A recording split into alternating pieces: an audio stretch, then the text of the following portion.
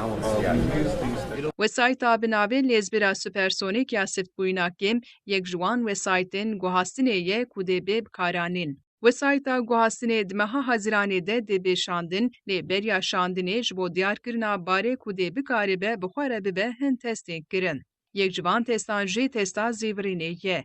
Daireya Feza û Asîmanê ya Amerîkayê NASA li ser dixebite ku websayta guhastinê bi barê xwe re bi awayekî salem deyne ser gerestêrka sor Marsê.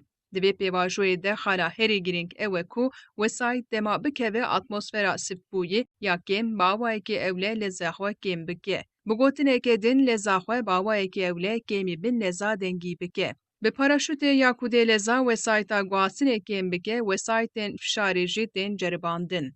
Gelo websayta guhastinê cara ewil dê kengî biçe Marsê. Di vê mijarê de vê gavê herçend ku ne teqez jî li gorî endezyarên Pergala Firînê teknolojiya hanê ji bo sala 2020 dikare di projeyên pîrankirî de bê bikaranîn.